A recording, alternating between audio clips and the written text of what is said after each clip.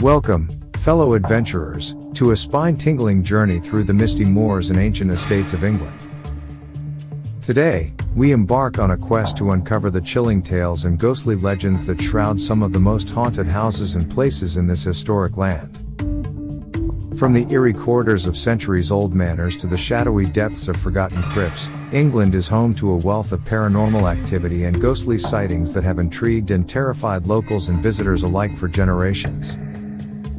Join me as we delve deep into the darkness, exploring the whispered secrets and chilling encounters that await within the walls of England's most haunted houses and places.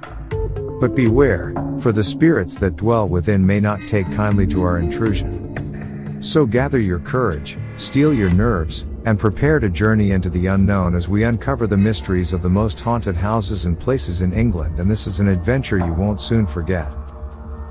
The ancient Wharram Inn, Gloucestershire. The inn was built on the site in 1145, but an ancient pagan burial ground is said to have been in the same place 5,000 years ago. One popular legend is a witch burned at the stake still haunts one of the rooms of the house to this day. Others say they can see a blurry figure on the stairway. Cannock Chase, West Midlands. Cannock Chase is a large densely woodland area. It's become known as one of the UK's most active paranormal hotspots. Most famously, it's known for its werewolf sightings. There have been numerous reports from people who live in the area who say they've seen what they claim to be a hairy wolf-type creature walking on its hind legs around the German War Cemetery, just off Camp Road, in between Stafford and Cannock. Several of the witnesses claim the creature sprang up on its hind legs and ran into the nearby bushes when it was spotted. Woodchester Mansion, Gloucestershire. Located in the National Trust's Woodchester Park, although the mansion appears normal from the outside, inside there are several rooms and entire floors missing. Some visitors to the mansion claim to have been attacked by ghosts and others have collapsed, while women who have been to the bathroom reported seeing a floating head. Other supernatural beings such as the ghost of an old woman and a little girl have also been spotted. Highgate Cemetery, London. In a letter to the Hampstead and Highgate Express on February 6, 1970, a vampire sighting was reported by an onlooker who had noticed it when passing the cemetery. He said he glimpsed a gray figure and asked if others had seen anything similar. On February 13, several people replied describing a variety of ghosts said to haunt the cemetery or the adjoining Swains Lane. The ghosts were described as a tall man in a hat, a spectral cyclist, a woman in white, a face glaring through the bars of a gate, a figure wading into a pond, a pale gliding form, bells ringing, and voices calling. Waren Percy, Yorkshire.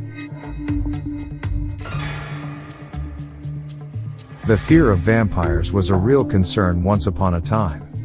An archaeological discovery revealed mutilated and burned bones of at least 17 people were found buried in a pit outside the desert medieval village of Waren Perry, in Yorkshire, now an English heritage site.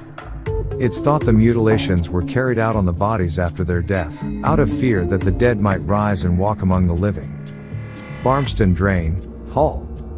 Claims that a half-man, half-dog creature had been spotted stalking the banks of the city's Barmston Drain were well documented in the press. There were frightening reports that a tall and hairy beast was seen attacking a German shepherd and then jumping 8 feet over a fence with its prey still in its jaws. Further sightings followed, including a woman in a car with friends who claimed she saw a beast with a human head started walking towards them on 2 legs. St. Osyth, Essex.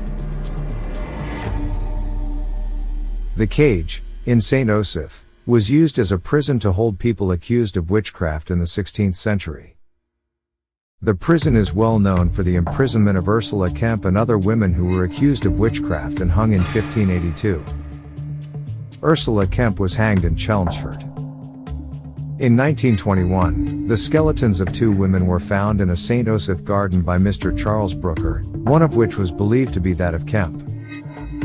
The cage to this day is said to be extremely active with spirits of jailer, a young child, a suicide victim, and, of course, Ursula Kemp. Borley Rectory, Essex. Despite being destroyed by a fire in 1939, Borley Rectory has gained a reputation as being heavily haunted after a series of locals reported some unexplained paranormal going-ons. The ghost of a nun, 2 headless horsemen, a phantom carriage. The phantom ringing of the servants' bells and bottle throwing are just some of the paranormal incidents.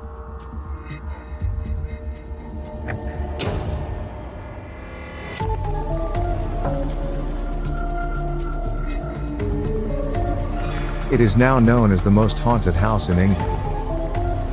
Village of Pluckley, Kent. Pluckley village has a reputation for being the most haunted village in Britain, and it was named just that by the Guinness Book of World Records in 1989. Between 12 and 16 ghost sightings have been reported in the village, including a screaming man, a highwayman who appears at Fright Corner, a schoolmaster found hanged by a group of children, and an old woman who used to sit on a bridge smoking. Pendle Hill, Lancashire. Pendle Hill is reportedly the home to 12 witches from the 17th century. The 12 were accused of murdering up to 10 people. They were brought to trial in the infamous Lancashire witch trials, where 10 of the witches were found guilty and executed by hanging. As we conclude our exploration of the most haunted houses and places in England, we've journeyed through centuries of history and legends, encountering eerie tales and spine-chilling encounters. From ancient manors shrouded in mystery to secluded country lanes whispered to be haunted by restless spirits, England's haunted landscape is rich with stories that continue to intrigue and fascinate.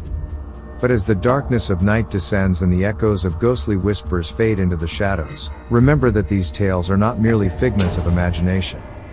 They are reflections of the past, lingering in the present, reminding us of the mysteries that lie beyond our understanding. As you continue your own journeys, may you tread carefully in the footsteps of the haunted, and may you always keep an open mind to the mysteries that surround us. For in the depths of darkness, there is often a glimmer of truth waiting to be discovered. See you in next video.